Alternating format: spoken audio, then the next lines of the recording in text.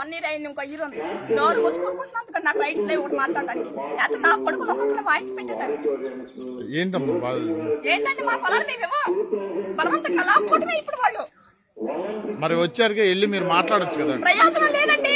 వాళ్ళు ఒక సిఆర్డిఐ చట్టం తీసుకొచ్చారు. కేంద్రంలో కూడా వాళ్ళు ప్రభుత్వం కాబట్టి వాళ్ళు ఇష్టం వచ్చినట్టు తీసుకొచ్చుకున్నారు. రైట్స్ ఉన్నాయి, లీగల్ గా వాళ్ళకి రైట్ ఉంది. ఇవ్వకపోతే లాక్కుంటారు. పిచ్చిక మీద బ్రహ్మాస్త్రాలు మారేయి.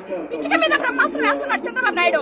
మాకు ఓటు వచ్చిన దగ్గర నుంచి వేరే పార్టీకి మేము ఓటేలా చంద్రబాబు నాయుడికి తప్పితే మేము ఇప్పుడు ఓటేసి మా బాధ మేము మా తెచ్చి మీదకి తెచ్చుకున్నాం. అవన్నీ ఏమనుకుంటున్నాడు?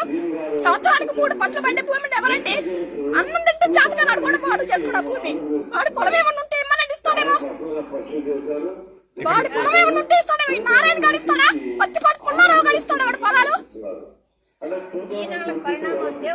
నారాయణ గాడికి ఇచ్చే వాళ్ళ బిల్డింగులు ఉన్నాయి. ఒక బిల్డింగ్ ఏమనండి ఆఫీస్కి ఇస్తాడేమో. మీ పేరేంటమ్మా? నా పేరు సుధారాణి బోయపాటి.